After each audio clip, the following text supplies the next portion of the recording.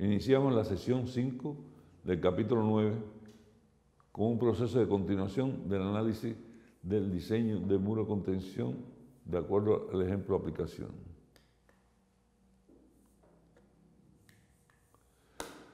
Habíamos visto al final del capítulo 5 que se analiza la estabilidad al momento del volcamiento de las fuerzas para la combinación de carga de empuje de suelo más sismo, y con la consideración de que en ese caso el muro de contención fue modificado incluyendo un dentellón.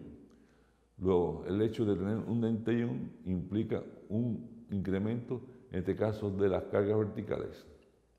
Por lo tanto, en el caso de los momentos, del momento de volcamiento, debido a las fuerzas horizontales, se mantiene igual, incluyéndose en ello el momento de volcamiento debido al empuje activo, más el momento al volcamiento debido al incremento del empuje activo, debido en este caso a la fuerza sísmica, y el momento debido a la fuerza inercial. O sea, el momento del volcamiento generado cargas exteriores, en este caso de la fuerza sísmica, se mantiene igual que cuando no se tenía el dentellón. Sin embargo, ¿qué es lo que va a cambiar aquí?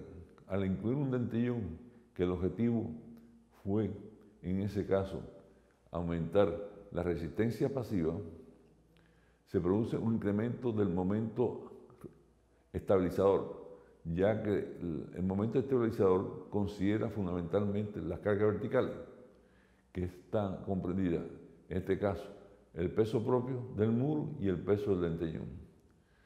El peso propio del muro era solamente lo que es el muro de hormigón armado, sin considerar el relleno. El peso propio del muro es 11.475 por el brazo, con respecto al punto de vuelco. Y el peso del dentellón, vinculado fundamentalmente con el peso de la estructura. De esa forma, pues tenemos el peso propio del muro y el peso de relleno incluido en las cargas verticales, y el peso del dentellón, por supuesto, ya vinculado con ese elemento. El factor de seguridad contra el volcamiento, entonces, está dado por la relación entre momento estabilizador, que son las que se generan por las cargas verticales, y el momento del vuelco. Da un factor de seguridad de 2.17, que es mayor que 1.4, es decir, la incorporación del dentellón generó un sensible aumento del factor de seguridad al vuelco. También generó un sensible efecto en el caso del factor de seguridad al deslizamiento. O sea, hasta aquí se había analizado básicamente los aspectos considerados en la sesión, que tiene que ver fundamentalmente con el tema del dentellón y en las evaluaciones correspondientes del factor de seguridad del deslizamiento y el factor de seguridad del vuelco. En el caso de incorporar un dentellón y haber cambiado la sección, corresponde ahora analizar fundamentalmente los valores que están relacionados con la fuerza admisible del suelo de fundación. Es decir, en esta unidad 5 se va a analizar los esfuerzos admisibles debido a lo que sucede en la base del muro cuando existe el dentellón. Según las normas, se plantea que en el caso de capacidad portante, que es el elemento que está sustentando la base del muro, cuando existen fuerzas sísmicas dinámicas, se sugiere que el factor de seguridad por la capacidad portante sea mayor o igual que 2, dado a la característica de la contribución que hace el sismo, de cierta forma, a darle mayor densidad al suelo y aumenta su resistencia. Es decir, vamos a considerar ahora el dente-ion en estas tensiones, donde en la parte inferior se produce una compresión debido a los momentos que ahí actúan. Y en la parte inferior se producen estados tensionales debido a la incorporación de este elemento. Ese estado tensional da un análisis de la capacidad portante. Bueno, el análisis de la capacidad portante está vinculado con lo que es capaz de asimilar el suelo de fundación, y esa capacidad de asimilar el suelo de fundación está relacionada directamente con la capacidad última de trabajo, o sea, el esfuerzo, la capacidad de soporte último de trabajo. La capacidad de soporte último de trabajo, y considerando para ello precisamente el factor de seguridad a la capacidad de soporte último de trabajo. Esa capacidad de soporte último de trabajo asociada o afectada por el factor de seguridad, ese factor de seguridad lo que hace es minorar la capacidad última de trabajo o bien de soporte del suelo de la base. Como no es el mismo tipo de suelo que se analizaron con la versión anterior de movimiento del primer caso, pues entonces se toma la misma. Y tenemos que calcular entonces ahora, bajo la acción de la carga sísmica, cuáles los estados tensionales que inciden sobre ese suelo. Es decir, se tiene que determinar de forma análoga al caso anterior. En este caso se tiene que analizar cuáles las tensiones que transmite la estructura y las fuerzas horizontales en la base del muro. Y esas acciones son las que vamos a considerar en estos momentos.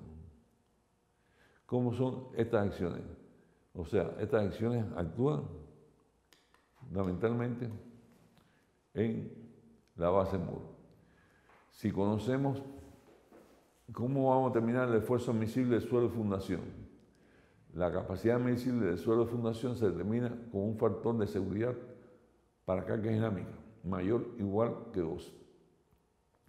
O sea, la tensión admisible sería la capacidad última resistente del suelo de fundación, que según los datos era 4,5 kilogramos por centímetro cuadrado. O sea, esta tensión es la tensión, fue un dato dado, y que ya se había explicado que esta tensión básicamente está correlacionada con una serie de factores. Es decir, es el dato que tenemos, pero este dato se puede calcular porque es un cálculo que se utilizan distintos métodos para determinarlo. Se había enterado que ese método fundamentalmente depende de los 3 componentes de la resistencia del suelo, de la base. Es decir, el componente del ángulo de fricción, tiene un aporte directamente en la ecuación de resistencia de soporte. El ángulo de fricción interna, la densidad del suelo de la base y la cohesión.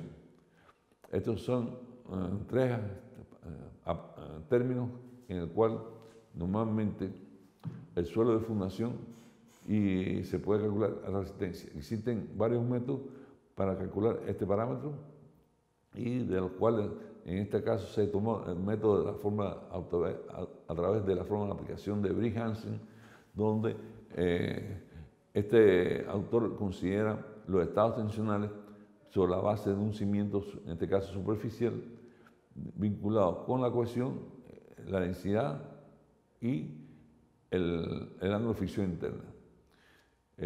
También este parámetro está afectado por una serie de coeficientes de carga, que normalmente está M sub gamma, M sub C y M sub G, donde este coeficiente de carga también está en función del ángulo de fricción interna del suelo. Igualmente, aparece una serie de coeficientes de forma, de profundidad, de características de las pendientes, de la excentricidad de las cargas. O sea, es un proceso de cálculo para determinados requerimientos, y de ahí se obtuvo que dándole un nivel de información adecuada, el tema de la capacidad de soporte del suelo de fundación es fundamental. Esta capacidad de soporte, en este caso, se tomó en forma adecuada, no siendo muy conservador tampoco, y con determinado nivel de comportamiento dentro de los límites de las distintas normas. La ecuación se puede calcular también por el método de Tersine, el método de Hansen. Normalmente existen varios métodos para calcularlo, y en este ejercicio, pues, este sería la misma capacidad de soporte en condiciones ya de falla. Entendemos que el esfuerzo admisible es una condición que corresponde al hundimiento del muro bajo un estado de carga que puede ser vertical centrada o en giro, y precisamente en estado límite de rotura. Luego aquí este valor sería el valor de Q sub U, es un valor vinculado fundamentalmente con el estado de rotura. Se supone que cuando exista un muro de contención localizado, ¿no?, en área fundamentalmente donde hay sismo, el factor de seguridad es recomendado por las normas utilizar un factor de seguridad de 2, es decir, que se minora a un 50% este dato, lo cual ya constituye un elemento bastante significativo en cuanto a su magnitud. Es decir, que ahora tenemos que por esta condición una tensión admisible que es 2,25. Entonces, eso es la capacidad que hemos de soporte del suelo para cualquier nivel, en este caso a nivel de la superficie del sello, o sea, la superficie del sello de fundación, esa va a ser la capacidad de soporte, 2,25 cuando actúa el sismo. Si en condiciones sin sismo se obtuvo por el método anterior otros valores. Esta capacidad de soporte del sismo tiene que ser mayor fundamentalmente que la tensión máxima actuante o que actúa sobre el sello de fundación. O sea, se hace una comprobación de que este valor debe cumplirse, que este valor tiene que ser mayor que la tensión actuante máxima bajo el sello de fundación.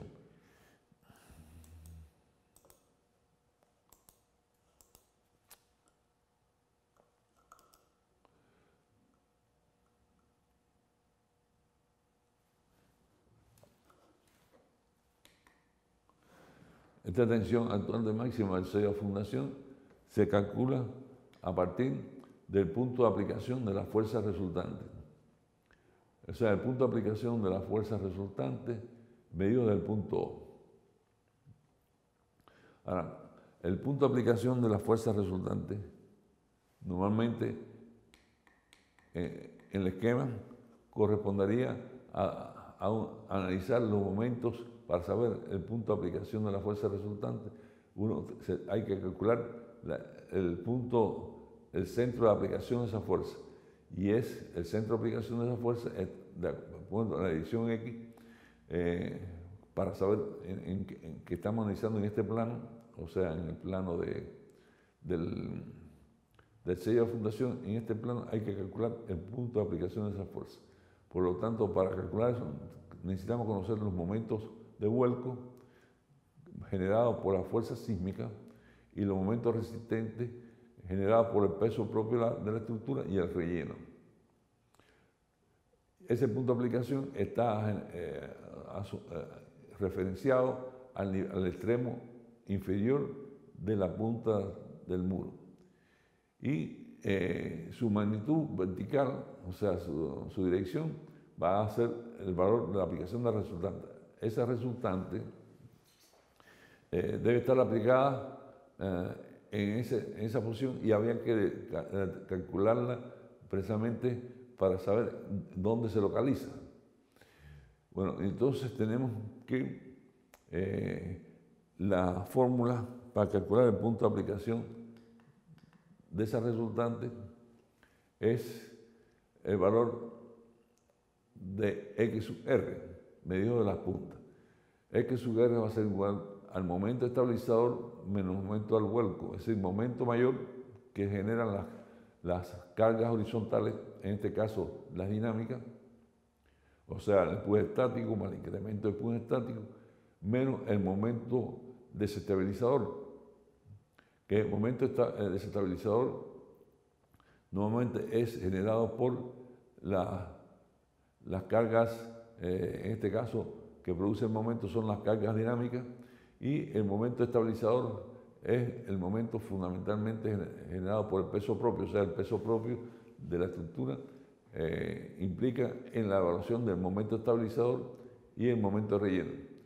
La suma del momento estabilizador es la suma del momento debido al peso propio de la estructura más la suma del momento con respecto al punto O de el relleno, o sea, esos dos elementos. Y el momento al vuelco es aquel que está generado fundamentalmente por las cargas dinámicas, que en este caso es el momento que se forman debido a el empuje del suelo, el incremento dinámico del empuje del suelo y la fuerza inercial sísmica debido al peso propio. Estas dos diferencias nos dicen que el momento estabilizador, al ser mayor que el momento del vuelco, entonces estamos del lado de la seguridad. Y para saber que este momento tiene que ser igual a la reacción por un brazo. Y la reacción es el peso vertical del muro con el dentellón incluido más el relleno. Nos da que la distancia que hay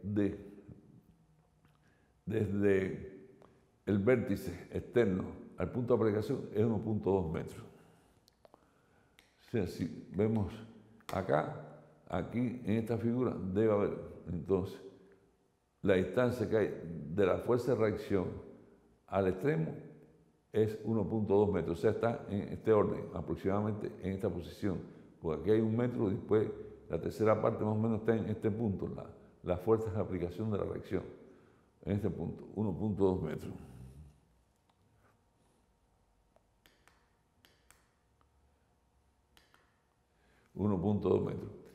Bueno, se supone que la consideración que habíamos hecho, básicamente para el cálculo de la estabilidad en caso de carga de suelo más vehicular, también se ha analizado aquí. O sea, que independientemente de la carga sísmica, tiene que existir un criterio de estabilidad. Y ese criterio de estabilidad se plantea que la excentricidad tiene que ser menor que la base sobre 6. O sea, se tiene que cumplir que la excentricidad sea menor que la base sobre 6. Y la excentricidad va a ser igual, en este caso, a la distancia que hay desde el extremo del extremo, o sea, la distancia que hay desde el extremo de la punta del muro al centro menos el XR. Es decir, prácticamente estamos hablando de 40 centímetros, ya que hemos visto que XR es 1,20 y aquí hasta el centro sería 1,30. Por lo tanto, la excentricidad corresponde a 1,30, que es la mitad de esta distancia, de 60 más 1 metro, sería 1,30, 1 metro más 60, y la mitad de 60 es 1,30. Y si XR es 1,20, pues entonces la excentricidad es de 10 centímetros. La excentricidad es de 10 centímetros. O sea, la distancia fundamental de 1,60 menos 1,20 es, o sea, damos 360, perdón, de 360 es la mitad es 1,80 y 1,80 la mitad es de 60 centímetros. Bueno, es decir, que está prácticamente en ese extremo. X sub R se obtuvo que va a ser la mitad de esta distancia, que es la base sobre 2, que es 360 sobre 2, o sea, en el gráfico tenemos que la base completamente del muro tiene una longitud de 360. Si tomamos la medida con respecto al centro, es 360 sobre 2, o sea, la mitad del muro, menos x sub r, sería x sub r 1,20, entonces 360 sobre 2 es 1,80 menos x sub r, quiere decir que la excentricidad del muro es de 60 centímetros. Es decir, que la excentricidad del muro es igual a lo recomendado. Entonces, esto plantea que prácticamente el elemento y la recomendado es B sobre 6, o sea, B sobre 6 también coincide con 60 centímetros, o sea, la excentricidad es igual al límite. ¿Qué quiere decir esto? Si la excentricidad está dada en el límite, prácticamente se está planteando que las tensiones máximas en esta obra está vinculada fundamentalmente con el valor máximo que se puede lograr para que todo el suelo esté compresible. Calculamos entonces para esta condición cuál es el valor de las tensiones máximas, aplicando la ecuación de Navier. La tensión máxima es la resultante, fundamentalmente, del sistema de fuerza sobre B, o sea, la resultante del sistema de fuerza sobre B, y 1 más 6 más X sobre B. Esto es la fórmula para calcular la tensión máxima. Las cargas verticales, todas las cargas verticales, es la reacción vertical. La reacción vertical era el peso de todos los elementos que están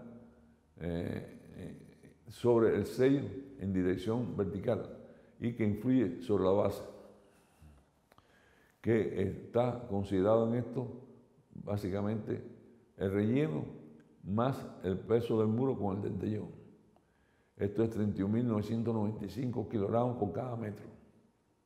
La base es 360. Esto que es la relación por el producto 1 más 6 veces la excentricidad calculada anteriormente sobre B. Y esto da una presión total de 1.78 kilogramos por centímetro cuadrado, o sea, 17.735 kilos por metro cuadrado, que es prácticamente 1.78 kilogramos por centímetro cuadrado. O sea, si queremos llevar esto a la unidad unitaria de centímetros, habría que dividir esto en 10.000. Y por lo tanto es 1.78 kilogramos.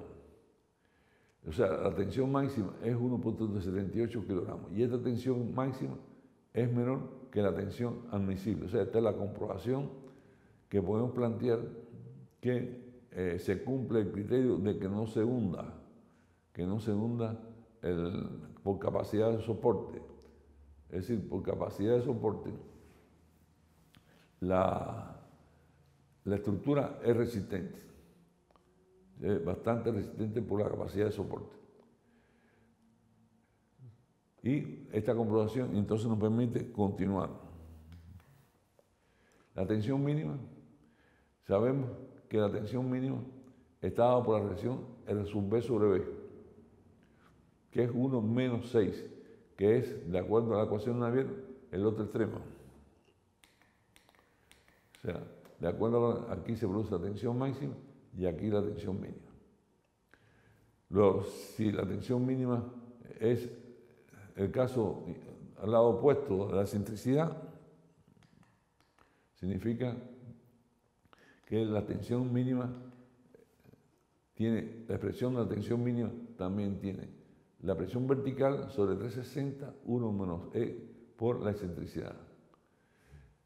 Aquí habíamos calculado anteriormente que la excentricidad era igual a la condición B sobre 6.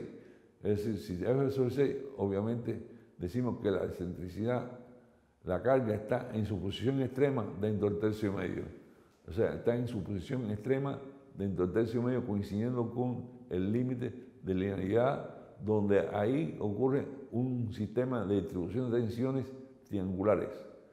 Es decir, cuando la excentricidad está en el límite de valor recomendado para que todo el suelo esté compresible, pues significa que se obtiene el valor de la tensión máxima y el valor de la tensión mínima es 0, que lo cual se verifica comprobando la ecuación de Navier, donde R sub B es la presión vertical, B es el valor de la base, y 1 más 6 por 0,5 da que la tensión mínima es 0. Es decir, se cumple el criterio de tratar de que toda la base del cimiento esté comprimido. En el extremo interior, o sea, en la punta inferior del talón, la tensión es 0. Y en el extremo de la punta exterior de la puntera, la tensión es la máxima. En esas condiciones significa que la carga máxima lograda se comprueba que es menor que la admisible. Es decir, que teniendo en cuenta el lentillón hecho desde el punto de vista del predimensionamiento del muro, realmente se logra de que satisface las condiciones de estabilidad al vuelco, al deslizamiento y también a la presión en contacto para el caso de la carga 2.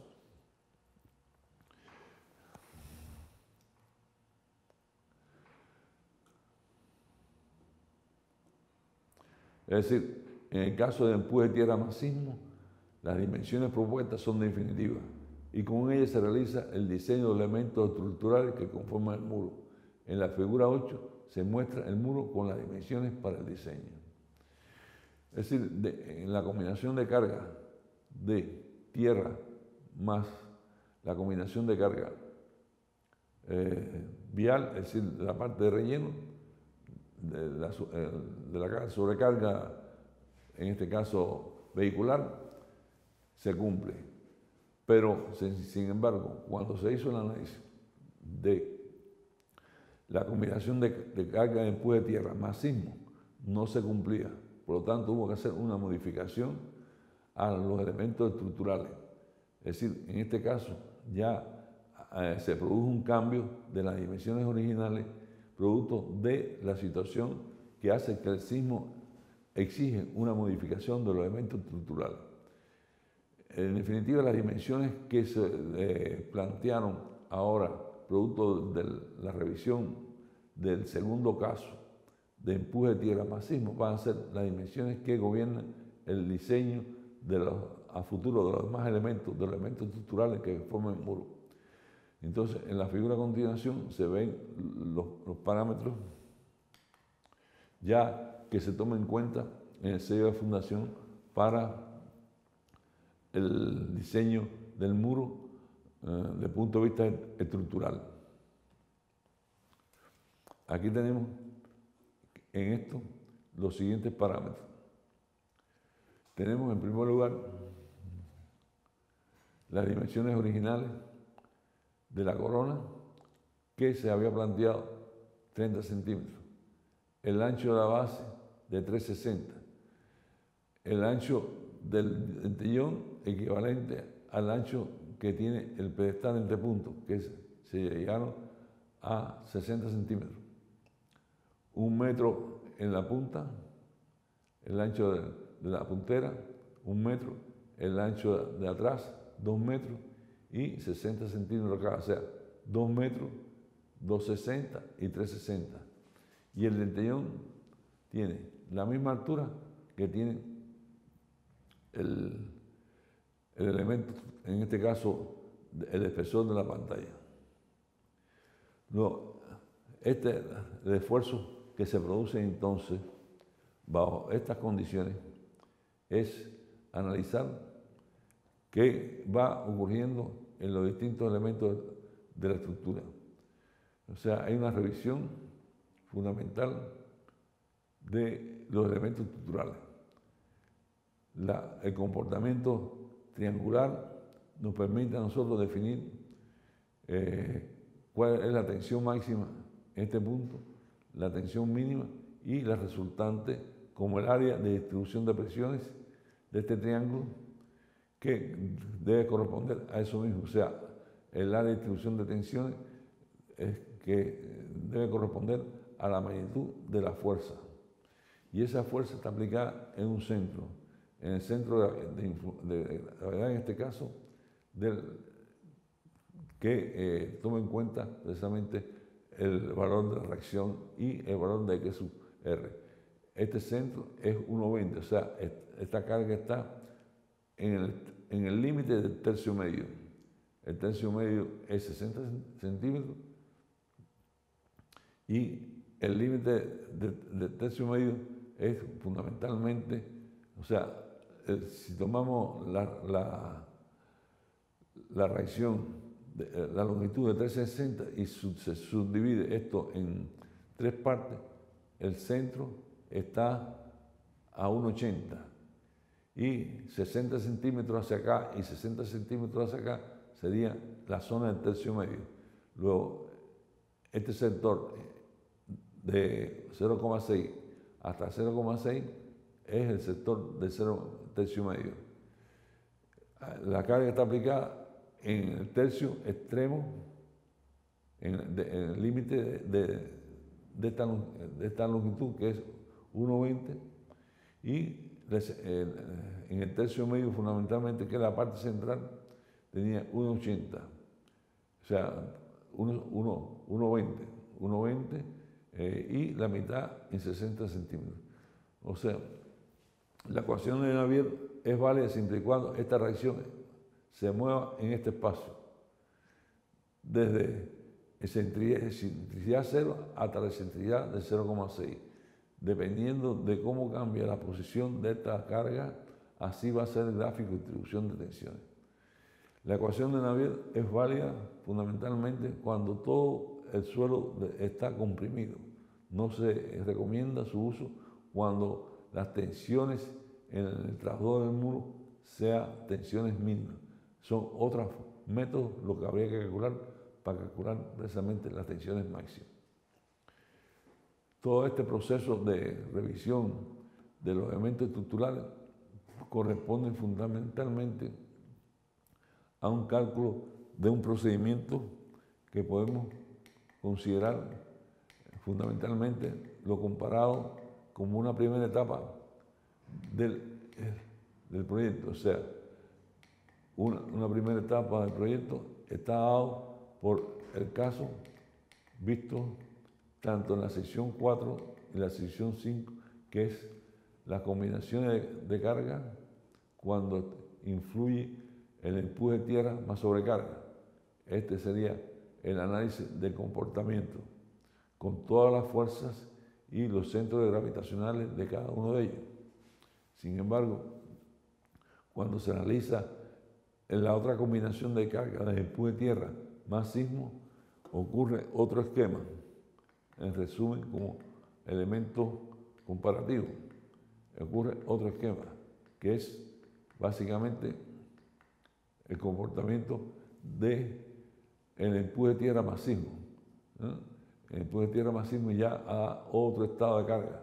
Siempre en todos los procedimientos de cálculo, en este caso de los muros, es fundamental ir verificando los distintos pasos y lo que hay que cambiar.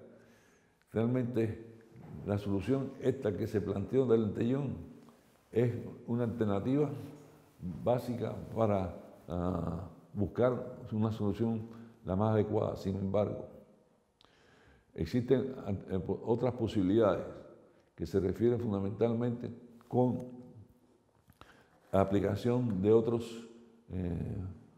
fuerzas que no necesariamente pueden ser el lentellón. Puede buscarse la forma de poner la estructura a más profundidad. Por ejemplo, si se requiere mayor profundidad que permita una mayor fricción. Aquí se había planteado una profundidad de 1.2 metros como profundidad de desplante. Puede haberse cambiado y haber puesto una profundidad mayor que permita que la resistencia del suelo de la base sea superior y se busque expresamente una solución más adecuada. Lo más importante de este tema es buscar soluciones que contribuyan básicamente a dar un comportamiento más estable a la estructura. La solución de un muro de contención de forma cantilever, la pantalla va a ser evaluada igualmente. Este esquema nos dice a nosotros que los distintos pasos realizados en el análisis de la pantalla corresponden primeramente a todo un proceso de definición de las fuerzas, o sea, todas las fuerzas que actúan. Puede haber existido otro tipo de evaluación de empuje de tierra más otras fuerzas, puede también darse el caso, pero aquí, en el caso del muro, bajo este lugar que se seleccionó, este sería solamente dos casos de combinaciones de carga. Por ello en un proceso de diseño corresponde correctamente ver qué es lo que se está evaluando en caso de los muros. El estado de carga, por lo tanto, analizado tanto de empuje de tierra como, en este caso, el sismo.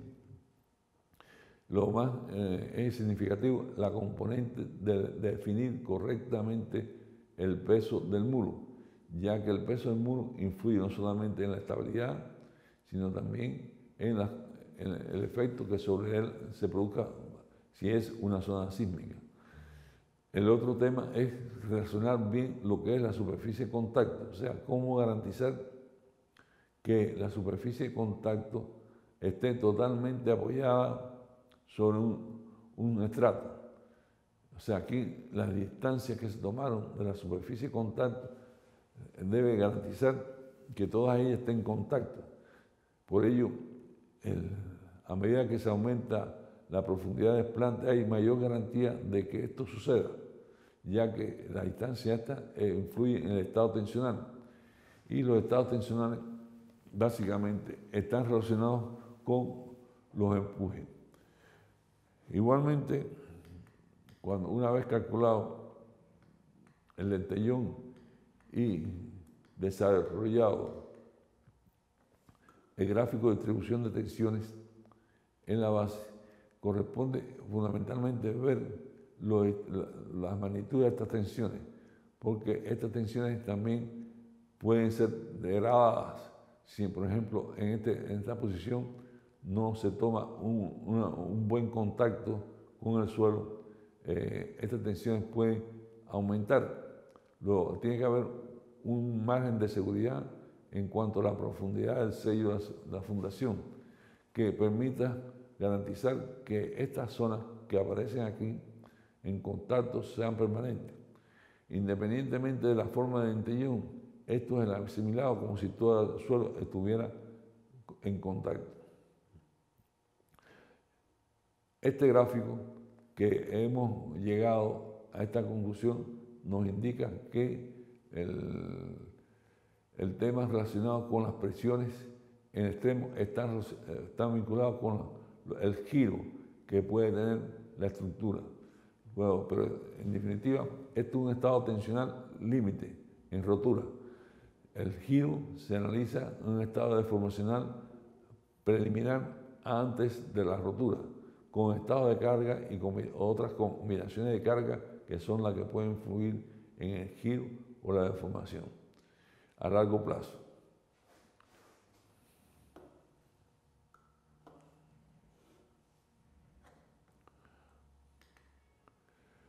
Dimensiones entonces definitivas. Esa dimensión definitiva significa que una vez analizado las combinaciones de carga de sísmica por estado límite y bien analizado la estabilidad de este muro al vuelco, al deslizamiento y la capacidad de soporte, correspondería aquí también analizar este muro en falla general. Es decir, si aquí hubiera una falla general, es dimensional el mismo en falla general, en el cual correspondería evaluar este tema como si fuera una falla de talud, cuyo aspecto en este caso, en este ejercicio, no se va a considerar, o sea, no se ha tomado en cuenta la falla de talud, solamente se ha tomado en cuenta 3 tipos de fallas, que es la falla al vuelco, al deslizamiento y a la capacidad de soporte. Puede ocurrir, si ocurre a alturas significativas y un talud, que este muro esté dentro de un sector de una falla de talud. En el capítulo 7 de este curso se detalló los elementos que están vinculados, y en el capítulo 8 también, los elementos que están vinculados con la falla de talud, donde el cuerpo del muro podría estar dentro de una masa de suelo que se produzca el fallo.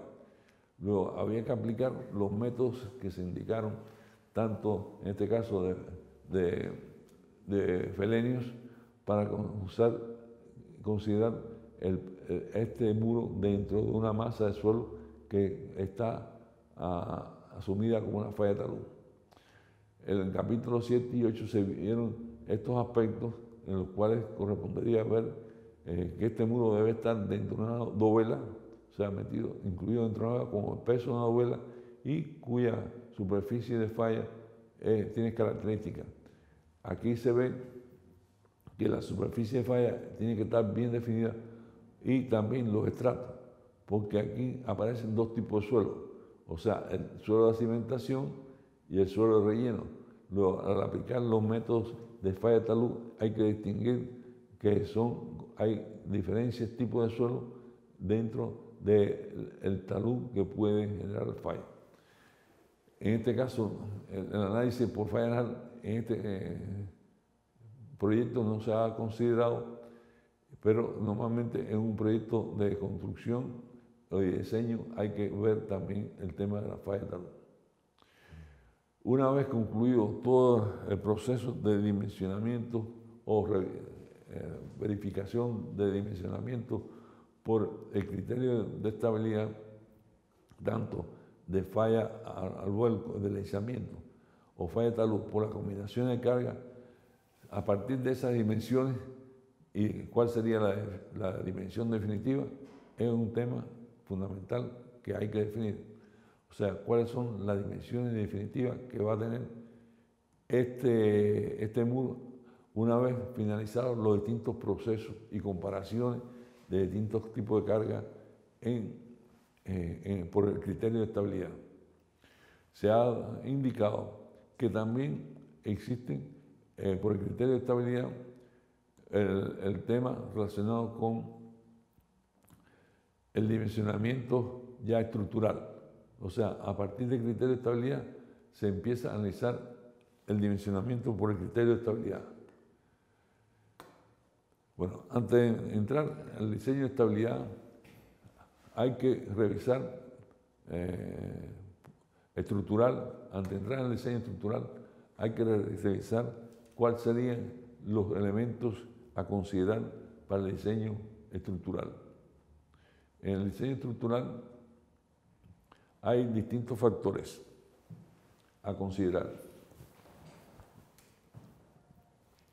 que son aquellos que están vinculados realmente con las posibilidades de secciones. Es decir, tenemos secciones transversales constantes, que es la base, con un espesor. Está ahí, y que supone que los esfuerzos que sobre ella actúan son esfuerzos vinculados fundamentalmente con las reacciones a los pesos de las estructuras y las posibilidades de momento que en ellas se presentan. O sea, estados tensionales distintos. El otro, es recomendable entonces hacer dos tipos de análisis. Subdividir esto en dos esfuerzos. Los esfuerzos que se producen en la pantalla, desde la base hasta la parte superior, y los esfuerzos que se producen en la base o en la plataforma. La plataforma esta, ambos elementos, de acuerdo a sus características, se dice que el muro es un muro voladizo. Luego la pantalla actúa como un elemento voladizo, igual que la parte del talón es un elemento voladizo. Aquí los elementos voladizos existe mayor rigidez porque están en función de la longitud de cada uno de ellos. Luego, por eso se llama que estos son elementos voladizos. Los elementos voladizos prácticamente están influenciados por la magnitud del momento, los momentos que se pueden llegar a producir.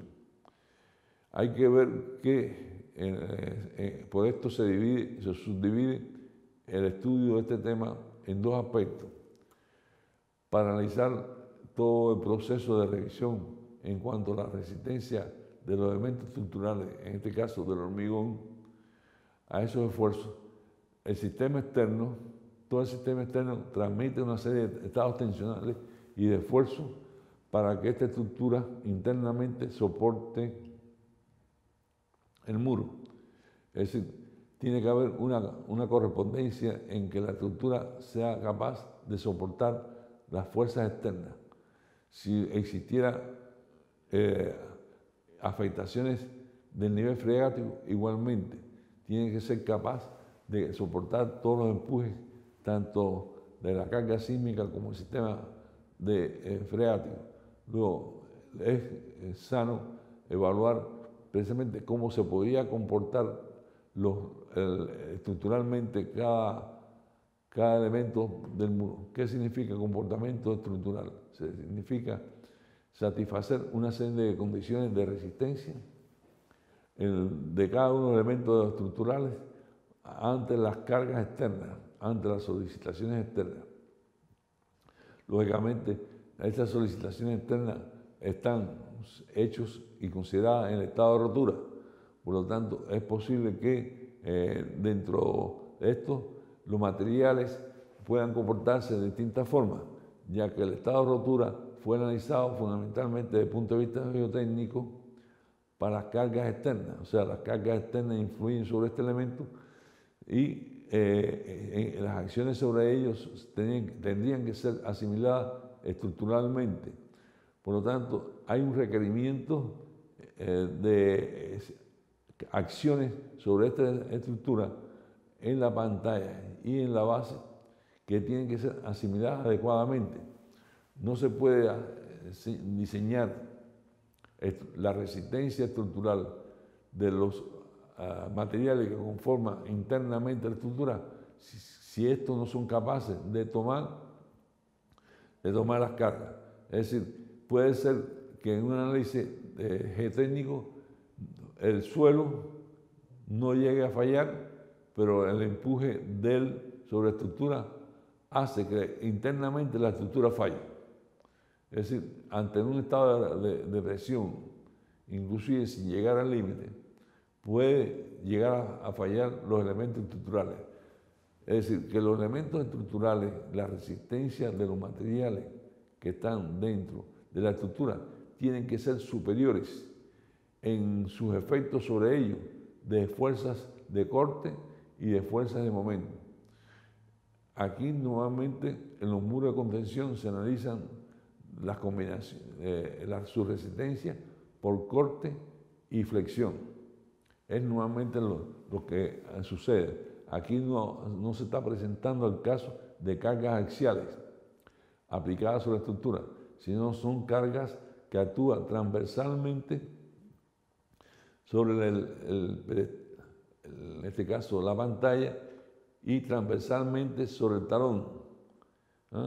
Pero las cargas, o sea, transversalmente sobre las pantallas actúan todas las fuerzas horizontales, transversalmente sobre pantalla, igual que transversalmente actúan sobre el diente y transversalmente sobre el talón. En este voladizo del talón actúa el peso propio sobre la estructura. También hay que verificar este elemento estructural en cuanto a los movimientos del hormigón y transversalmente el peso de la reacción del suelo sobre el elemento de la punta, o sea, la parte de la puntera del muro de contención influye fundamentalmente en las reacciones del suelo sobre esta estructura. Es decir, que la estructura en voladizo tiene la tendencia, por ser voladizo, de desplazarse hacia la izquierda, de desplazarse producto de su función de voladizo.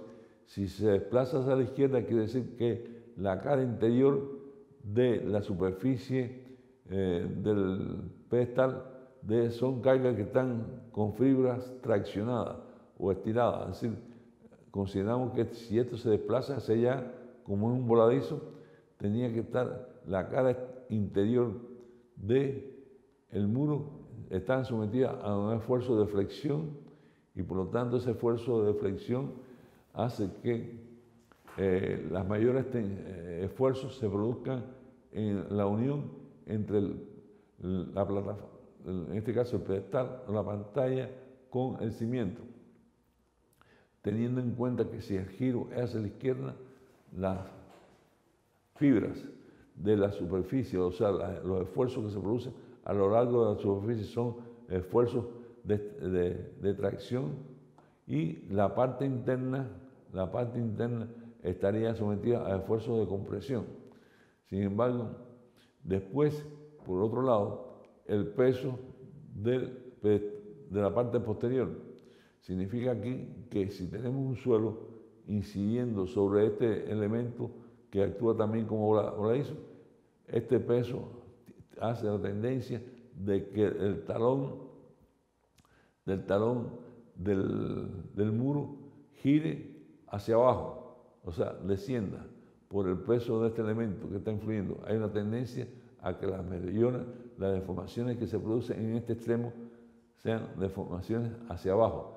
Si la deformación es hacia abajo, esto se tiende a flexar, a producir un proceso de flexión hacia abajo, estirándose las fibras de la superficie de la estructura en la parte superior de arriba, y la de abajo, al tener este proceso de campana, pues prácticamente se produce un efecto de compresión.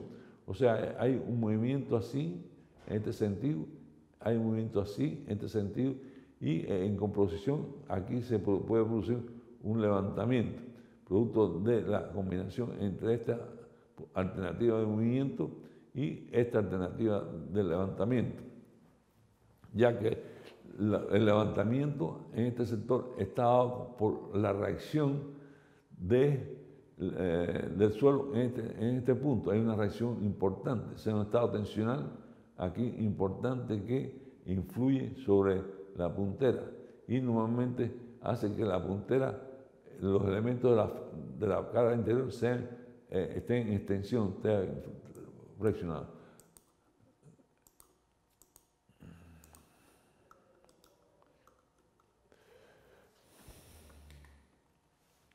O sea, es importante evaluar qué tipo de movimiento podría existir en este elemento.